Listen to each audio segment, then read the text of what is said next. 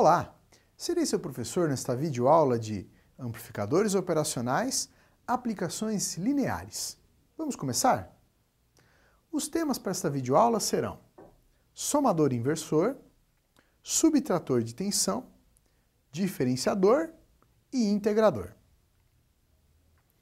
Bom, nas aplicações lineares, o amplificador operacional será configurado de tal modo que haja realimentação e que ele possa proporcionar o cálculo de diversos valores de sinais. Por exemplo, somar sinais, subtrair sinais, aplicar um valor de integral a um sinal ou aplicar um valor de derivada ao sinal. Então, vamos ver cada uma dessas aplicações. Nós vamos iniciar pelo amplificador somador inversor. Observe esse circuito.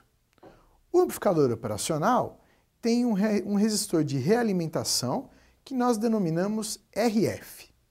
Isso caracteriza uma aplicação linear.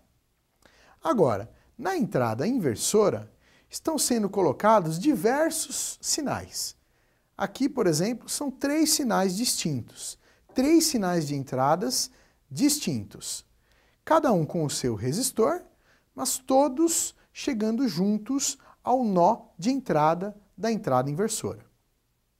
Portanto, esses 3 sinais, eles serão somados. Mas, como estamos nos utilizando da entrada inversora, além desses sinais serem somados, eles também terão o seu sinal invertido. Matematicamente, o que vai acontecer é isso. A tensão de saída é menos o resistor de realimentação multiplicado pela tensão de entrada 1 pelo resistor 1, mais a tensão de entrada 2 pelo resistor 2, mais a tensão de entrada 3 sobre o resistor 3. Nós poderíamos, na verdade, somar mais sinais. Basta acrescentar um resistor e o sinal de entrada. Como normalmente o objetivo é somar os sinais, então, para que o cálculo fique mais simples, nós colocamos os resistores dos sinais de entradas todos com o mesmo valor. Sendo assim, a fórmula fica simplificada. A saída será menos o resistor de realimentação dividido pelo valor do resistor, que será comum em todas as entradas, multiplicando a soma de todos os sinais de entradas. E podemos ainda simplificar mais ainda este cálculo, deixando o resistor de realimentação igual ao valor do resistor das entradas. Assim, nós retiramos o valor de resistência da equação final. Então, a tensão de saída será menos a somatória de todos os sinais de entradas. Vamos agora falar do amplificador subtrator de tensão.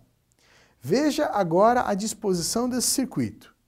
Continuamos com o resistor de realimentação, nesse caso R2, e agora nós temos um sinal V1 na entrada inversora, a partir do resistor R1, e na entrada não inversora, nós temos aqui um divisor, utilizando um sinal de entrada V2 a partir do resistor R3 e o resistor R4 jogando esse sinal à terra.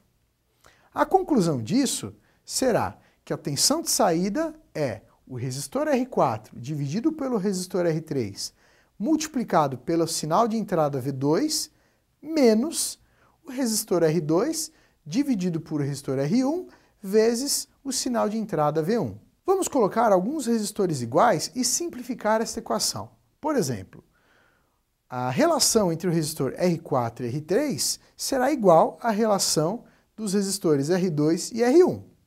Portanto, a tensão de saída será a relação do resistor R2 e R1 multiplicado pela diferença dos sinais V2 e V1. E caso nós colocamos todos os resistores iguais, nós vamos simplificar ainda mais essa equação.